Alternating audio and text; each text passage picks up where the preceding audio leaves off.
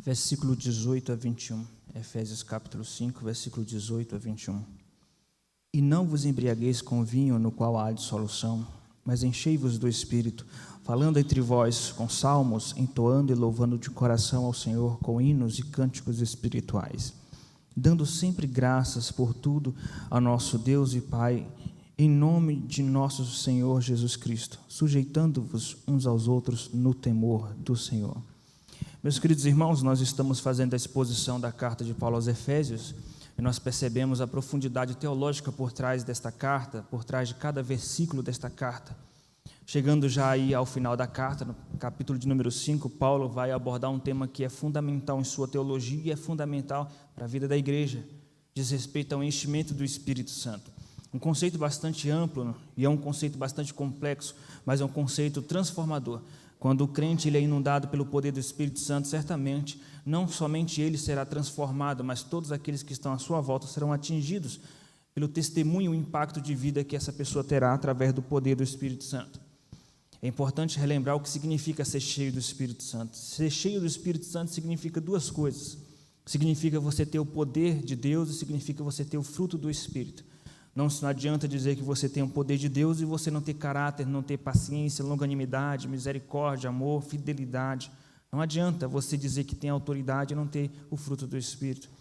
Também não adianta você dizer que é uma pessoa pacífica, amorosa e não tem coragem de falar de Jesus ou dar testemunho de Cristo. Então, na verdade, ser cheio do Espírito Santo significa as duas coisas. Significa você ter o dínamos de Deus, que é o poder de Deus, mas também ter o fruto do Espírito. As duas coisas andam juntas. E quando a pessoa está cheia do Espírito Santo, ela vai ter autoridade, poder, mas também ela vai ter o caráter de Cristo estampado em seu rosto.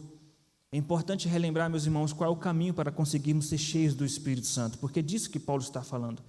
Quando nós olhamos o verbo aqui no tempo grego, que é traduzido para o português, que indica uma ação contínua, dando resposta ao versículo 28, nós entendemos que esse é o tema do sermão de hoje, o caminho para o enchimento do Espírito Santo. Nós vimos no domingo passado que está em primeiro lugar na adoração.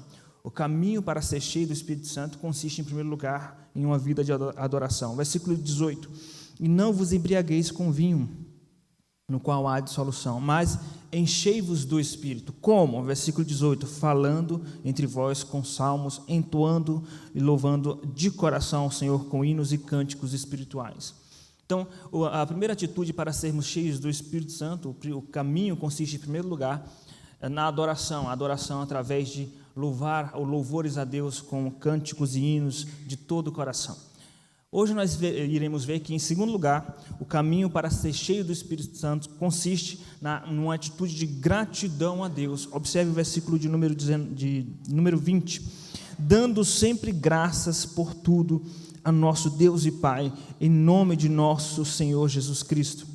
Dando sempre graças a Deus. Então, Paulo está respondendo a seguinte pergunta que está implícita no versículo 18. Como ser cheio do Espírito? Em primeiro lugar, louvando a Deus. Em segundo lugar, dando sempre graças a Ele por tudo. Agora, observe qual é a relação que existe entre a gratidão a Deus e o ser cheio do Espírito. Meus irmãos, a relação é muito simples. Deus, Ele não vai encher o coração de uma pessoa que é ingrata a Ele, porque a ingratidão é um dos pecados que Deus mais abomina, que Deus mais odeia. Você deve se lembrar que no Antigo Testamento, quando o povo estava caminhando no deserto em direção à terra prometida, Deus matou muitos israelitas por causa da ingratidão. Veja que Paulo relembra isso em 1 Coríntios capítulo 10, versículo de número 6. Não murmureis como alguns murmuraram no deserto e foram exterminados por Deus no deserto. Ou seja, a murmuração, que na verdade a murmuração é filha da ingratidão, só murmura quem é ingrato. Deus matava no Antigo Testamento quem fazia isso, para que nós tenhamos uma noção do quanto isso é abominável aos olhos de Deus, a ingratidão. Isso significa, meus irmãos, que certamente Deus não vai encher com seu Espírito uma pessoa ingrata, uma pessoa que murmura o tempo todo. Então, por implicação direta, nós precisamos entender que o caminho para sermos cheios do Espírito Santo consiste, em segundo lugar, numa atitude de gratidão a Deus. Em primeiro lugar, na adoração, e em segundo lugar, na gratidão a Deus. O que é gratidão a Deus? Paulo fala no versículo de número 20, dando sempre graças por tudo. O que é dar graças a Deus por tudo? Às vezes nós, o povo evangélico, tem a tendência de resumir as práticas cristãs em discurso, achando, por exemplo, que ser grato a Deus ou dar graças a Deus está falando estritamente de palavras. Ficar falando graças a Deus de maneira mecânica, né? Está chovendo, graças a Deus. Está frio, graças a Deus. Fica até corrigindo os outros, né? Não, hoje está calor, não reclame, é graças a Deus, graças a Deus. Mas é da boca para fora, porque na primeira tribulação vem a murmuração. A pessoa não aguenta, ela murmura, ela reclama, ela é ansiosa, se preocupa com o dia de amanhã, não tem paz em seu coração. Tudo isso é fruto de ingratidão, a murmuração, a ansiedade, as preocupações, as inquietações. Meus queridos irmãos, nós precisamos entender quais são os atributos de Deus que estão por trás desse princípio da gratidão, porque são atributos de Deus que vão aquietar nossos corações e aprendermos a sermos submissos à vontade de Deus e então ser cheio do Espírito Santo. Quando se fala sobre o Espírito Santo, geralmente a tendência da igreja é pensar em coisas sobrenaturais, não é? Falar em enchimento do Espírito Santo, a igreja evangélica no Brasil pensa em cura sobrenatural, em falar em línguas, em poder extraordinário, e ainda assevera que para chegar nesse nível espiritual de ter essas experiências sobrenaturais é necessário pagar um alto preço de jejum e oração no monte para que fale em línguas, para que veja o poder de Deus através de coisas sobrenaturais. Quando na verdade a pessoa mais cheia do Espírito Santo que pisou nessa terra foi Jesus. E Jesus ele demonstrou esse poder na autoridade com que ele falava o Evangelho e no amor que ele demonstrava. E nós precisamos entender que isso se reflete no caráter, inclusive na submissão à vontade de Deus, no sentido de entender e ser gratos às decisões de Deus, que é a gratidão em si. Então, nós precisamos colocar isso em nossas cabeças e em nossas mentes, que ser cheio do Espírito Santo diz respeito mais ao caráter do que em você ver anjos, coisas, experiências sobrenaturais. Inclusive o caráter de uma pessoa que é submissa à vontade de Deus e tem um coração grato. A gratidão é fundamental para que você seja cheio do Espírito Santo. Você quer ser cheio do Espírito Santo? Então seja grato a Deus e agradeça a Deus não da boca para fora, não apenas de língua, como Jesus disse, esse povo me honra com os lábios, mas o coração está longe de mim. Então, quais são esses atributos de Deus que nos levam a entender a nossa atitude de submissão às suas decisões? É a soberania e a providência, meus irmãos. A soberania de Deus significa que Ele governa todas as coisas, que Ele é soberano sobre a criação, sobre as criaturas, sobre a natureza e, inclusive, sobre os seres racionais. As criaturas de Deus, que somos nós, fomos criados inicialmente, originalmente, com livre-arbítrio, e hoje ainda permanece, pelo menos, a nossa liberdade de ação. Isso não exclui o fato de que Deus é soberano e decide todas as coisas. Inclusive, Deus determina todas as coisas relacionadas às nossas decisões. Essa roupa que você está vestido hoje, foi você que escolheu. Ninguém colocou uma arma na sua cabeça. Mas, na verdade, Deus decretou que você iria vir com esta roupa. Deus decretou que você iria vir para a igreja hoje. Deus decretou todas as coisas em nossas vidas. O Salmo 139, versículo 16, deixa isso muito bem claro. Só não entende quem não quer entender que já tem o coração avesso à soberania de Deus, porque o texto é claro. O texto diz, todos os meus dias estão escritos. Quem escreveu nossos dias? Foi Deus? Porque Deus viu o futuro. E quem escreveu o futuro para Deus ir lá visitá-lo? Tem um outro Deus concorrente que escreveu o futuro e o nosso Deus foi visitar o futuro para saber como é, para depois escrever. É claro que foi o nosso Deus que escreveu o futuro. Deus vê o futuro porque Ele mesmo escreveu o futuro. Ele escreveu a sua vida. Tudo o que acontece em nossa vida é decisão de Deus. E se você tem dúvida, Provérbios 16:33 deixa isso muito mais claro ainda. Provérbios 16:33 diz que toda decisão procede de Deus. Então, quando você decide uma coisa, isso diz respeito, na verdade, a uma atitude da soberania de Deus. As decisões das autoridades, as decisões dos homens, os eventos da natureza, tudo faz parte do plano de Deus. Jó, capítulo de número 42, fala sobre os planos de Deus, que nenhum dos seus planos serão frustrados. Os decretos de Deus, os eternos decretos de Deus. Diante dessa doutrina, você só tem duas opções: ficar especulando a ponto de duvidar, ou mesmo acusar a Deus de que Deus é injusto, interferindo nas relações humanas, nas decisões humanas, ou simplesmente não tentar entrar na sala das decisões de Deus, porque nós não queremos entender, mas simplesmente adorá-lo por causa de suas decisões e se submeter às suas decisões. Meu querido irmão, essa doutrina da soberania de Deus, ela existe para que nós tenhamos paz em nossos corações, de que Deus está controlando todas as coisas. Ou então você vai ser como os discípulos que estavam com Jesus no barco, eles tinham Deus na vida deles, pelo menos no discurso: eu tenho um Deus na minha vida, tenho Jesus no meu barco. E na primeira tempestade eles murmuraram, achando que iriam morrer. E se morresse? Agora Jesus estava lá deitado no barco, dormindo, para nos ensinar como deve ser nossa atitude na tempestade. Nossa atitude na tempestade. Qual é o maior símbolo de paz no coração? É o sono, é dormir. E qual é o maior símbolo de que você não tem paz no coração? A insônia. Jesus estava dormindo no barco porque ele já sabia de todas as coisas, ele decretou todas as coisas, sabia que Deus, o Pai, estava no controle de todas as coisas. Então, quando nós temos um coração grato a Deus, isso significa: Senhor, eu te dou graças porque eu sei que tudo está em tuas mãos e em teu controle. Então, você tem que dar graças a Deus, não é só quando, por exemplo, Deus te dá um carro, mas quando Ele permite que o pneu do carro seja furado em autoestrada. Você tem que agradecer a Deus, não é só quando Deus te dá um emprego, mas quando Ele te dá um emprego e te dá um patrão chato. Você tem que agradecer a Deus em todos os momentos. No dia que Ele te der comida e no dia que faltar, você tem que agradecer a Deus. E quando você passa a ter uma atitude de adoração a Deus e de gratidão a Deus, certamente os caminhos se abrem para o enchimento do Espírito Santo. Porque o Espírito Santo vai encher o coração daquele que é grato a Deus, daquele que admite a soberania de Deus. Então, o primeiro atributo é a soberania de Deus. O outro atributo, meus irmãos, relacionado ao que vai estimular a nossa gratidão a Deus, é a providência de Deus. Isso significa que Deus, Ele não só Ele decreta todas as coisas para o bem daqueles que amam a Deus, mas Ele nos abençoa, Ele nos sustenta. Mas Ele nos sustenta especialmente naquilo que é as condições espirituais. Está escrito em Efésios capítulo 1, versículo 3, que Deus tem nos abençoado com toda a sorte de bênção espiritual em Cristo Jesus, como, por exemplo, a predestinação, a adoção, justificação, reconciliação, a assistência do Espírito Santo em nossa fraqueza. Tudo isso são bênçãos espirituais em Cristo Jesus. É motivo para nós darmos graças a Deus. E não somente isso, as bênçãos materiais fundamentais, como Jesus disse, para nós não andarmos ansiosos, preocupados com aquilo que haveremos de nos vestir, de comer ou de beber, porque os ímpios é que cuidam destas coisas. Nós devemos buscar, em primeiro lugar, o reino de Deus, pregar o evangelho, falar de Jesus, buscar a presença de Deus, continuar trabalhando, obviamente, mas sem preocupações que venham nos afastar de Deus, sem as ansiedades. Veja, porque Deus ele vai nos acrescentar todas as coisas. Bondade e misericórdia vão nos seguir.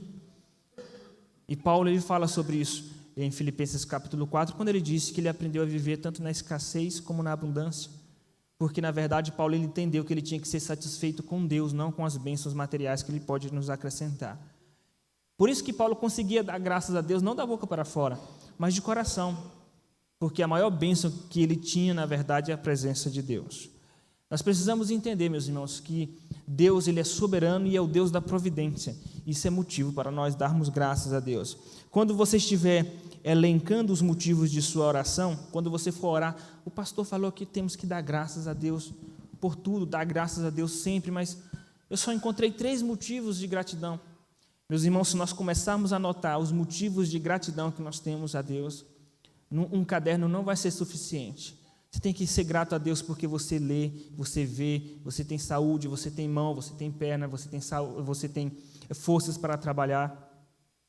Sempre há motivos para agradecer a Deus, sempre, inclusive na tribulação.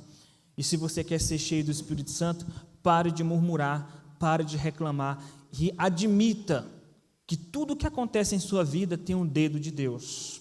Como Jó falou, depois que ele perdeu a família, perdeu os bens, perdeu a saúde e ganhou alguns amigos que só o acusavam, ele diz: o dedo do Todo-Poderoso me feriu. Ele não ficava tentando colocar o foco no erro humano, nas intempéries da natureza. Ele colocou o foco, ele entendeu. Tudo isso que está acontecendo comigo é Deus, é o dedo do Todo-Poderoso. Ele me deu, mas Ele tirou. Louvado seja o nome do Senhor. Seja como Jó e passe a enxergar que tudo que acontece em sua vida é o dedo do Todo-Poderoso. E por que Deus faz isso? Bom, se você questionar muito, isso já é um sinal de que o seu coração não é submisso. Você vai ser submisso só se você entender todas as coisas, então você quer ser como Deus. Igual a Eva, quando Satanás diz para ela: olha, se você comer o fruto, você vai ser como Deus. E Eva cobiçou isso. Tem alguns crentes que só se submetem a Deus se eles entenderem tudo. Olha, tudo bem, mas eu não estou entendendo por que Deus está fazendo isso. E precisa entender para você adorá-lo. Então você quer ser como Deus e entender todas as coisas? Nem sempre nós iremos entender todas as coisas. Nós temos que ser submissos a Deus, independente de qualquer coisa, meus irmãos. Meus irmãos, a primeira atitude, então, o primeiro caminho para nós sermos cheios do Espírito Santo é a adoração, como nós vimos no domingo passado. Veja, em segundo lugar, é a gratidão a Deus, entendendo a soberania de Deus e entendendo a providência de Deus em nossas vidas. Em terceiro e último lugar, que Paulo aponta aqui como caminho para o enchimento do Espírito Santo, está no versículo de número 21, é a sujeição. Então, em primeiro lugar, a adoração, em segundo lugar, a gratidão, em terceiro lugar, a sujeição. O versículo 21, sujeitando-vos uns aos outros no temor de Cristo.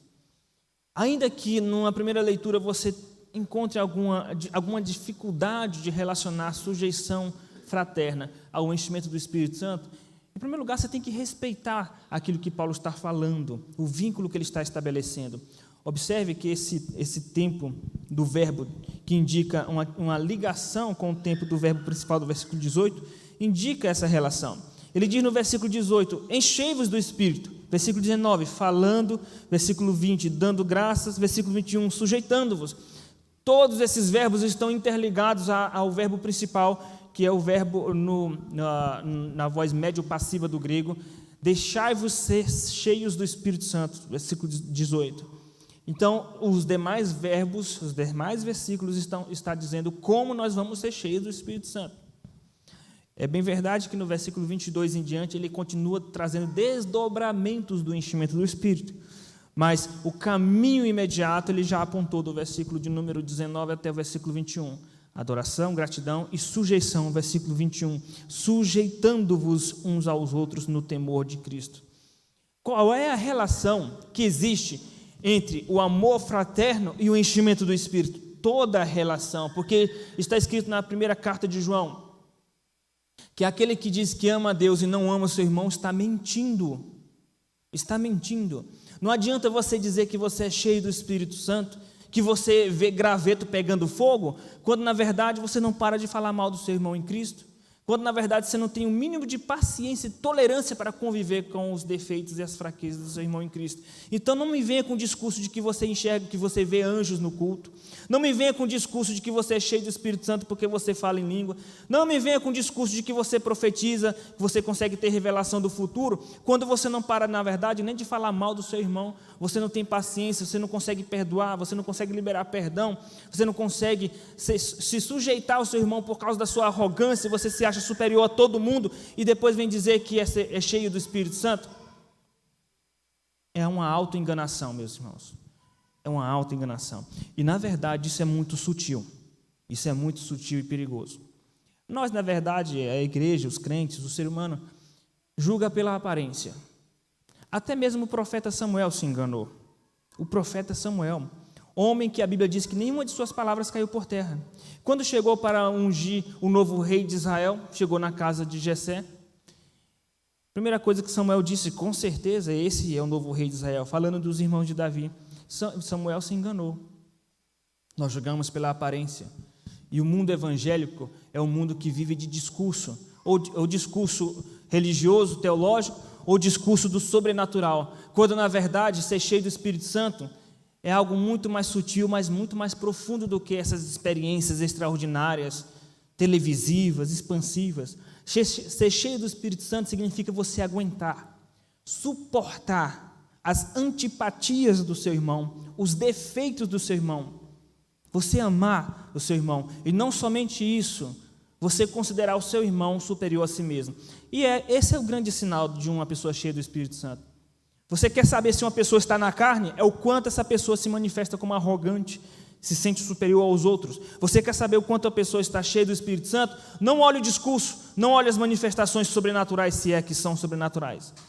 Foque no caráter, porque é o caráter que vai dizer se a pessoa é cheia do Espírito Santo ou não. O que significa se sujeitar uns aos outros? Meus irmãos, Filipenses 2:3 deixa isso muito claro. Filipenses 2:3 deixa isso claro. Considerando uns aos outros superiores a si mesmo. Isso é se sujeitar uns aos outros. O que é eu me sujeitar ao meu irmão? Quando eu considero o meu irmão superior a mim mesmo. O crente que tem esse sentimento jamais vai ser arrogante com o seu próximo.